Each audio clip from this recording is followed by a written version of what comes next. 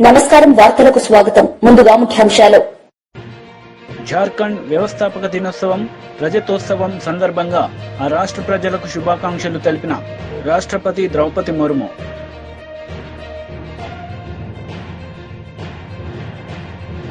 వచ్చే విద్యా సంవత్సరం ప్రారంభానికల్లా ఉపాధ్యాయ నియామక ప్రక్రియ పూర్తి చేస్తాం. మానవ వనరుల శాఖ మంత్రి లోకేష్ వెల్లడి. భగవాన్ బిర్సా ముండా, వీర్ సిడో కన్హు, చాంద్ భైరవ్, తిల్కా మాంఘీ, నీలాంబర్ పితాంబర్ వంటి ఎందరో హీరోలు జార్ఖండ్ ను గర్వపడేలా చేశారని రాష్ట్రపతి ద్రౌపది ముర్ము అన్నారు. సహజ వనరులతో సమృద్దిగా ఉన్న జార్ఖండ్ ప్రజలు దేశ ప్రగతికి ఎన్నలేని కృషి చేశారని చెప్పారు. జార్ఖండ్ వ్యవస్థాపక దినోత్సవం రజతోత్సవం సందర్భంగా ఆ రాష్ట్ర ప్రజలకు ఎక్స్ వేదికగా ద్రౌపది ముర్ము శుభాకాంక్షలు తెలిపారు.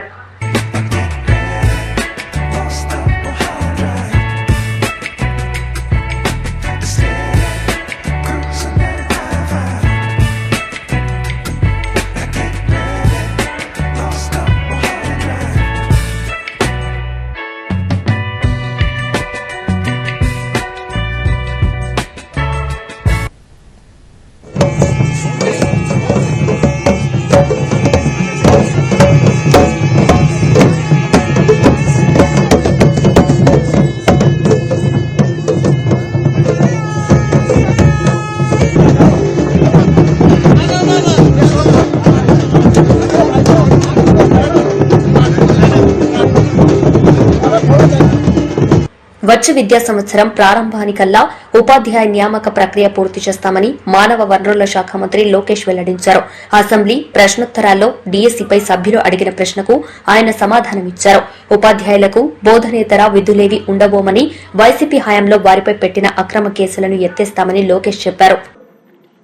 49 నియోజకవర్గాలు ఒక్క డిగ్రీ కళాశాల కూడా లేదు అధ్యక్ష. 91 నియోజకవర్గాలు కనీసం ఒకటి ఉంది అధ్యక్ష. 27 నియోజకవర్గాల్లో 2 ఉన్నాయి అధ్యక్ష. 8 నియోజకవర్గాల్లో 3 గవర్నమెంట్ డిగ్రీ కళాశాలలు ఉన్నాయి అధ్యక్ష.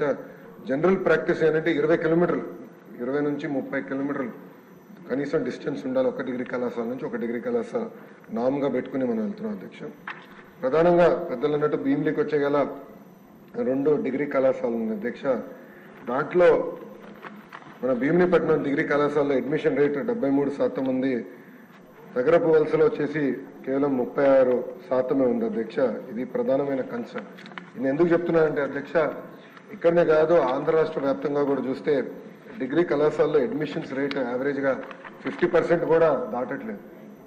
అదే ఐటీఐలకు వచ్చే గల పెద్ద ఎత్తున ఒక డిమాండ్ అనేది ఉంటుంది, కానీ డిగ్రీకి వచ్చే గల డిమాండ్ అనేది లేకుండా పోయింది. దానికి మీరు అన్నట్టు భవనాలు లేకపోతాం ఒక కారణం, ఇంకో కారణం ఫ్యాకల్టీ లేకపోతాం, మూడోది 2 ఉంటే క్వాలిటీ ఆఫ్ మీడియం కరెక్ట్గా లేకపోతాం. ఇక్కడ ఎవరైతే చదువుకుంటున్నారో వాళ్ళ తర్వాత ఉద్యోగాలు ఉపాధికి వెళ్ళినప్పుడు సరిగా రికగ్నైజ్ కాకపోవడం వల్ల కొంత ఇబ్బందులు అనేది ఎదుర్కొంటం జరుగుతుంది. సో ఇది ఎట్లా ఇండస్ట్రీ ఫోకస్డ్గా, ఇండస్ట్రీ సెంట్రిక్గా ఎలా చేయాలనే లక్ష్యంగా మన ప్రభుత్వం పనిచేస్తుందని గౌరవ సభ్యులకు తెలుపుతున్న అధ్యక్ష. గవర్నమెంట్ జూనియర్ కళాశాలకు వచ్చే గల మధురవాడలో ఆల్రెడీ ఒక ఉంది అధ్యక్ష.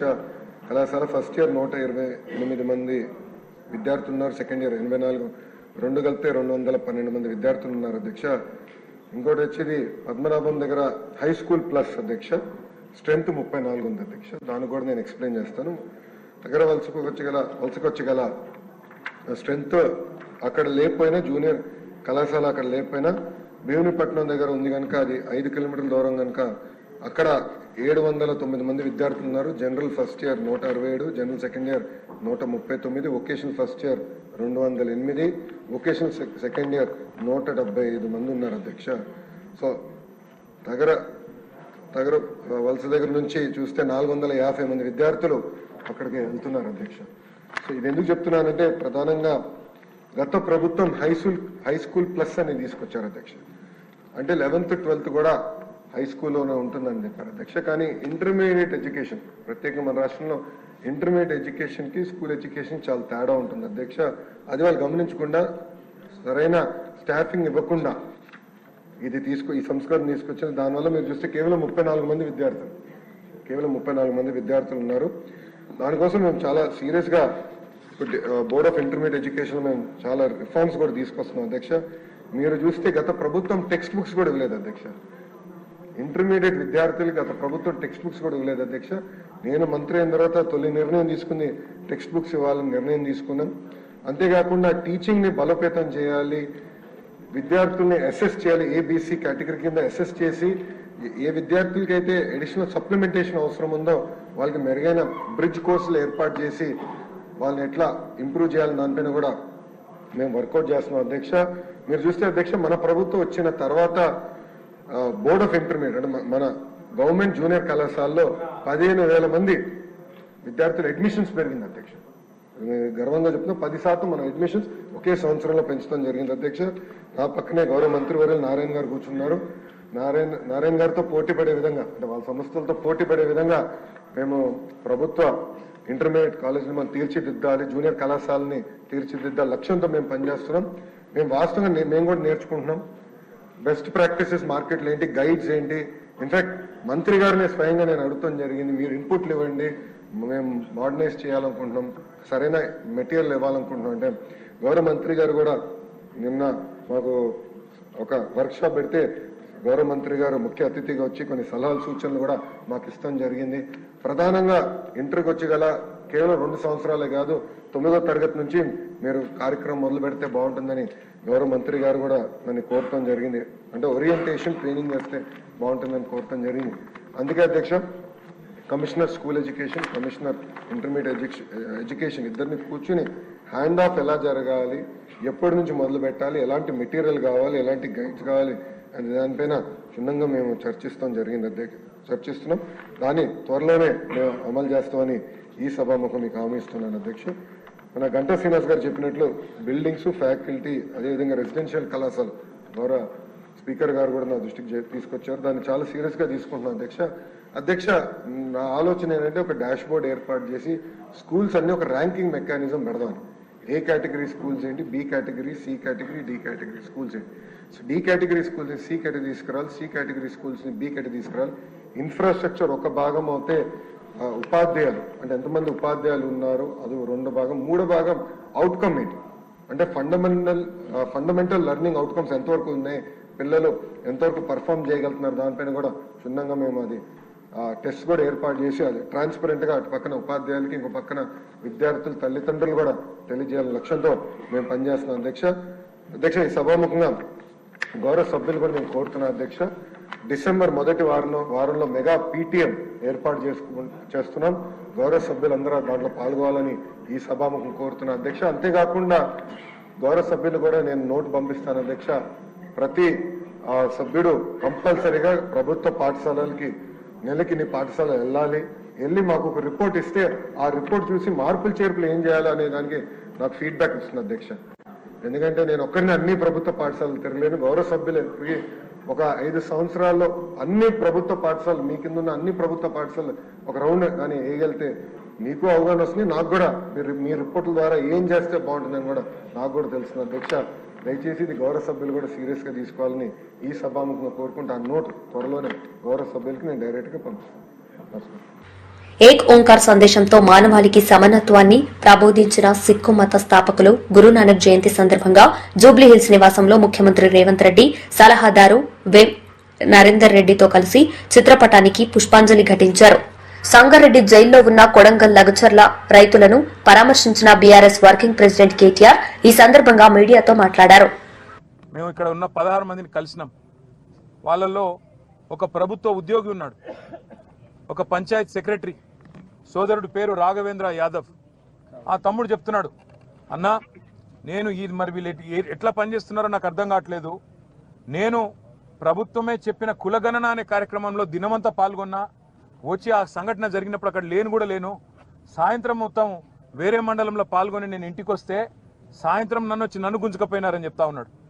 ఇంకొక తమ్ముడు ఇంకా దారుణం అదైతే, అసలు ఆయనకు సంబంధం లేదు, ఆయన ఎక్కడో వనపర్తిలో ఐటీఐ చదువుకుంటున్నాడు. ఆ పిల్లోడు ఒక గిరిజన పిల్లగాడు. ఆయన బస్సు ఎక్కి వనపర్తిలో ఈ సంఘటన జరిగిన తర్వాత మా ఇంటోళ్ళు ఎట్లున్నారో అని చెప్పి సాయంత్రానికి చేరుకున్నాడు. సంఘటన అంతా అయిపోయిన తర్వాత ఆయనను పట్టుకపోయి ఈరోజు జైల్లో తీసుకొచ్చి పెట్టినారు. మేము అడిగినాం ఏం జరిగింది అని. ఏం జరిగింది అంటే వాళ్ళు చెప్పేది ఒకటే, అన్నా మొత్తం 60-70 మందిని మొదలు అరెస్ట్ చేసినారు, 2 DCMలలో ఎక్కించుకొని తీసుకొని పోయినారు. మా దుద్యాల మండల కాంగ్రెస్ పార్టీ అధ్యక్షుడు ఆయన పేరు శేఖరు. ఆయన అనుచరులు కూడా ఈ దాడిలో పాల్గొన్నారు. ఎందుకంటే కాంగ్రెస్ వాళ్ళ భూములు కూడా పోతున్నాయి. వాళ్ళ పేర్లు కూడా చెప్పినారు మాకు. రమేషు, ఇంకా 4 పేర్లు చెప్పినారు సార్. పేర్లు నరసింహులు, రమేషు, ఇంకా రాములు నాయక్ అని కాంగ్రెస్ వాళ్ళు వాళ్ళ భూములు పోతుంటే వాళ్ళు దాడి చేసినారన్న.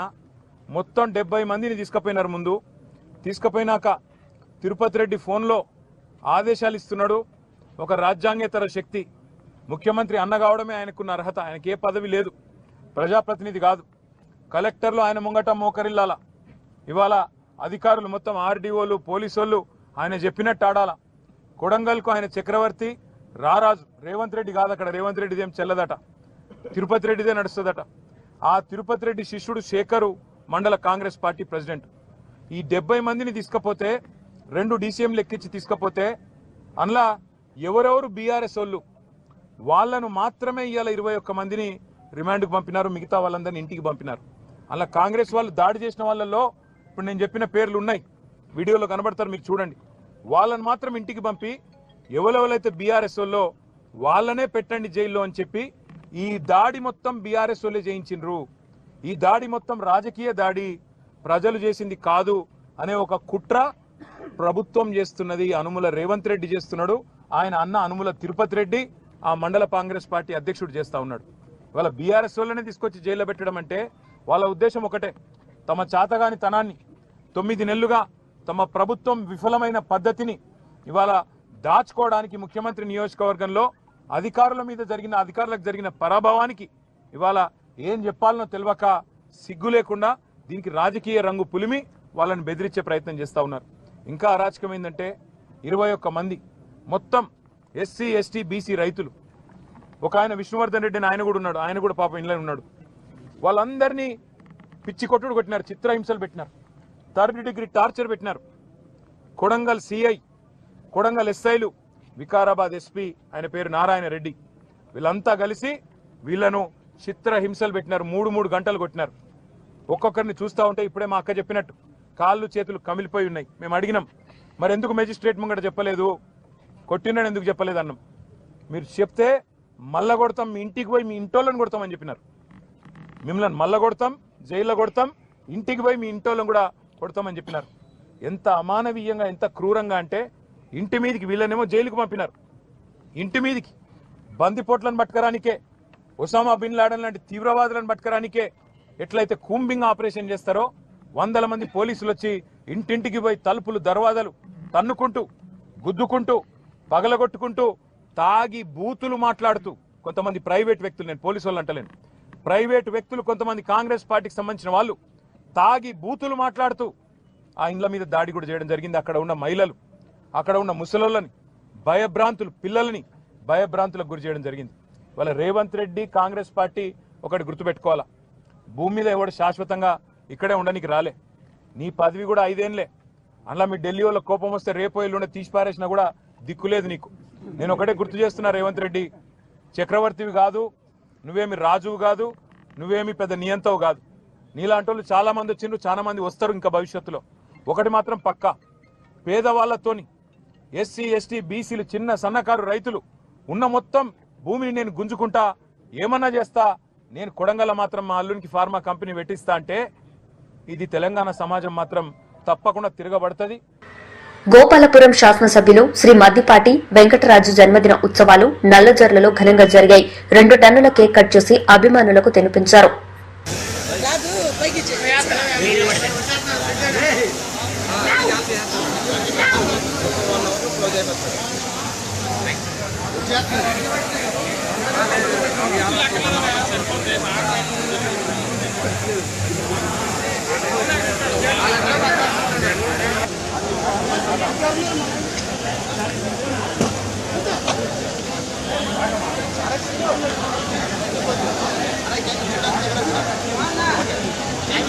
జై మద్దిపాటి! జై మద్దిపాటి! జై మద్దిపాటి!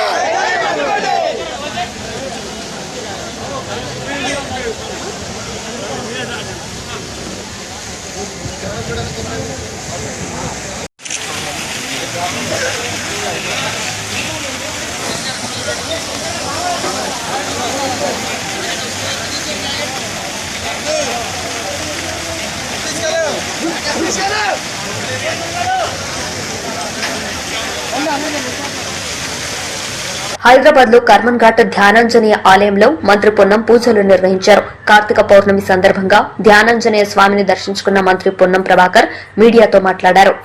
ప్రాతినిధ్య వహించిన మంత్రిగా పనిచేశారు. నేను కూడా ప్రత్యేకించి కోరతా, నో పాలిటిక్స్, నో రాజకీయం. ఇక్కడ అభివృద్ధికి సంబంధించి ప్రజల అవసరానికి అనుగుణంగా పనిచేయాలన్న ఆలోచనతో మేము ఉంటాం. దానికి సంబంధం లేదు. అందరు ఇచ్చిరామా 30% మనమే అనుకుంటున్నాం తప్ప ఇవ్వలే. కొంత రాజకీయ పరంగా కుట్ర చేసేటోళ్ళు ఇటువంటి అపోహ క్రియేట్ చేస్తారు. నేను ప్రాక్టికల్ గా చాలా ఇండ్లు తిరిగిన, చాలా మంది మిత్రులకు ఫోన్ చేసిన, చాలా సంఘాలతో మాట్లాడినా, ఎమ్యూనరేటర్ సమాచార సేకరణ కోతున్న అధికారులతో కూడా మాట్లాడినా వాళ్ళందరూ కూడా చాలా మంచి రెస్పాన్స్ ఉంది. ఎక్కడో ఇబ్బంది లేదు. నేను మరొక్కసారి కోరుతా ఉన్నా, మీ ఇంటికి రాకముందే ఏదో ప్రశ్నలనే అనుమానపడి లేదా అది పోతుంది కావచ్చు. ఏ పథకము కట్ కాదు.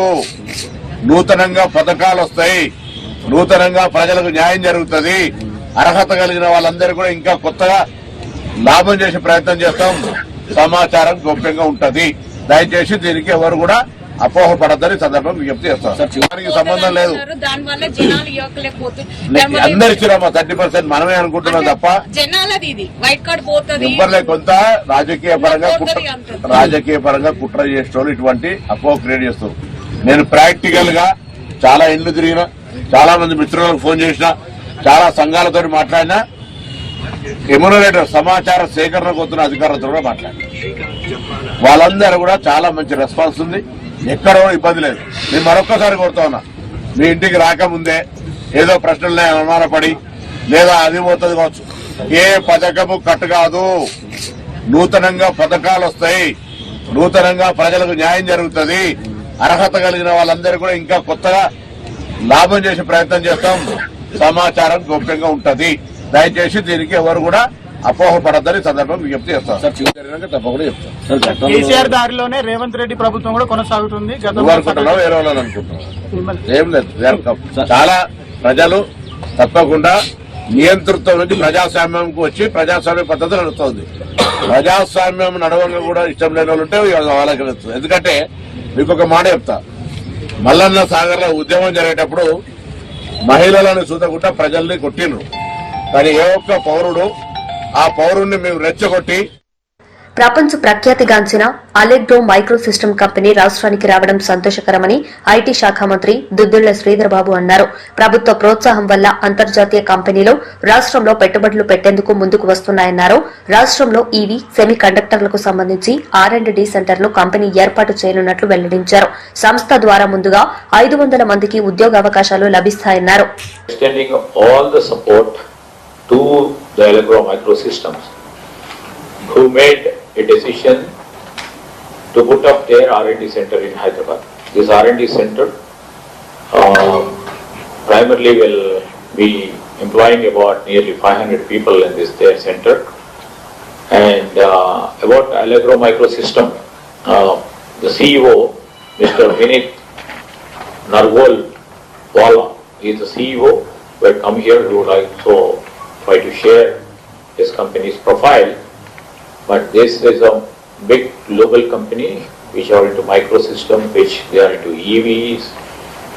They have a huge presence in EV manufacturing components, and they are also trying to see and explore their existence and their market in the semiconductors arena.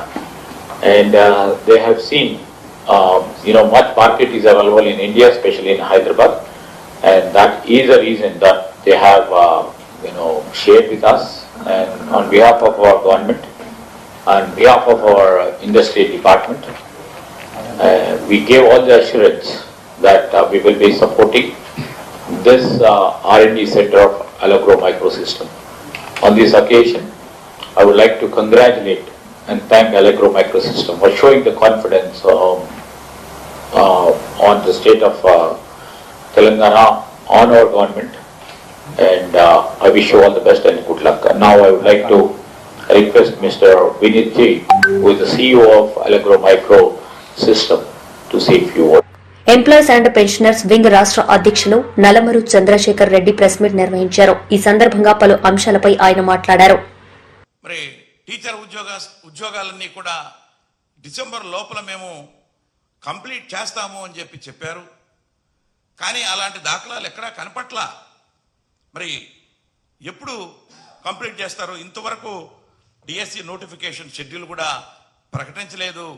ఈ రోజున మరి ఎవరైతే నిరుద్యోగులు ఉన్నారో వాళ్ళంతా కూడా ఎదురు చూస్తున్నారు అని చెప్పేసి కూడా నేను తెలియజేస్తున్నా. కాబట్టి డిఎస్సి నోటిఫికేషన్ షెడ్యూల్ను కూడా వెంటనే ప్రకటించాలి అని చెప్పేసి కూడా నేను ప్రభుత్వాన్ని ఈ సందర్భంగా కోరుకుంటున్నాను.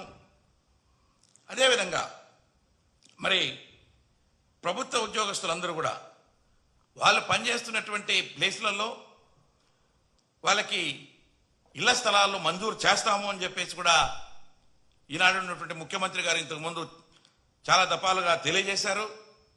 మరి చిన్న తరగతి ఉద్యోగస్తులు మరి వాళ్ళు ఇల్లు కట్టుకోవాలంటే చాలా కష్టంగా ఉంది. కాబట్టి ప్రభుత్వం తరఫు నుంచి ప్రతి ఉద్యోగి కూడా వాళ్ళు పనిచేసేటువంటి ప్రాంతాలలో మరి ఇంటి స్థలాలను కేటాయించాలి అని చెప్పేసి కూడా నేను ఈ సందర్భంగా మరి టీడీపీ కూటమి ప్రభుత్వాన్ని కోరుకుంటూ ఉన్నాను. అదేవిధంగా మరి రాష్ట్రంలో దాదాపు మరి 3,80,000 మంది పెన్షనర్స్ ఉన్నారు. వాళ్ళందరికీ కూడా మరి అడిషనల్ క్వాంటమ్ ఆఫ్ పెన్షన్ 70 ఏళ్లకి దాటిన వాళ్ళకి 10% గాను, మరి 75 సంవత్సరాలు వయసు దాటినటువంటి వాళ్ళకి మరి 15% గాను ఇమ్మీడియట్గా మరి మంజూరు చేయాలి అని చెప్పేసి కూడా నేను ఈ సందర్భంగా ప్రభుత్వాన్ని కోరుతున్నారు. అదేవిధంగా మరి ఏదైతే ఉద్యోగస్తులు రిటైర్ అయ్యేటప్పుడు 40% ఆఫ్ ది బేసిక్ పే ఆ యొక్క కమిటేషన్ చేస్తారు. కమిటేషన్ చేసిన తర్వాత మరి ప్రభుత్వం 15 సంవత్సరాల తర్వాత ఫుల్ పెన్షన్ వస్తూ ఉంది. అలా కాకుండా ఏదైతే ఆ 40% రిటైర్ అయినప్పుడు ఇస్తున్నారో పెన్షనర్స్కి అది 11 సంవత్సరాల 3 నెలలకే తీరిపోతుంది. కాబట్టి 11 సంవత్సరాల 3 నెలల తర్వాతనే ఫుల్ పెన్షన్ ఇవ్వాలి ఇన్స్టెడ్ ఆఫ్ 15 years అని చెప్పేసి కూడా మేము దప్పదప్పాలుగా ప్రభుత్వాన్ని కోరుతున్నాం. కాబట్టి ఈనాడు ఈ రాష్ట్రంలోనే కాదు చాలా రాష్ట్రాలలో దేశంలో చాలా మంది కోర్టులు కూడా వెళ్తున్నారు. వాళ్ళందరికీ కూడా కోర్టులో ఆర్డర్స్ ఇస్తూ ఉన్నారు. ఎవరైతే కోర్టుకు వెళ్తున్నారో వాళ్ళకి రికవరీ చేయొద్దు, రికవరీ ఆపండి అంటిల్ ఫర్దర్ ఆర్డర్స్, ఆ కోర్టు డెసిషన్ వచ్చేంత వరకు అని చెప్పేసి ఆర్డర్స్ ఇస్తా ఉన్నారు. కాబట్టి ఆ యొక్క పెన్షనర్స్కి ఎవరైతే 11 సంవత్సరాల 3 నెలలు దాటిందో వాళ్ళందరికీ కూడా కోర్టుతో నిమిత్తం లేకుండా మరి ఫుల్ పెన్షన్ ఇవ్వాల్సిందిగా ప్రభుత్వాన్ని నేను ఈ సందర్భంగా కోరుకుంటున్నా. అదేవిధంగా మరి ఎంతో మంది ప్రాణాలకు కూడా లెక్క చేయకుండా ఇక వైజాగ్లో స్టీల్ని స్థాపించేదానికి పోరాడి సాధించుకున్నారు. ఈ వార్తలు ఇంతటితో సమాప్తం. తిరిగి ప్రసారమయ్యే వార్తల్లో మళ్లీ కలుద్దాం. అంతవరకు సెలవు. నమస్తే. జార్ఖండ్ వ్యవస్థాపక దినోత్సవం రజతోత్సవం సందర్భంగా ఆ రాష్ట్ర ప్రజలకు శుభాకాంక్షలు తెలిపిన రాష్ట్రపతి ద్రౌపది ముర్ము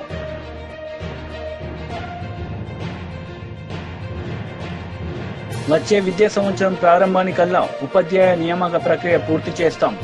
మానవ వనరుల శాఖ మంత్రి లోకేష్ వెల్లడి.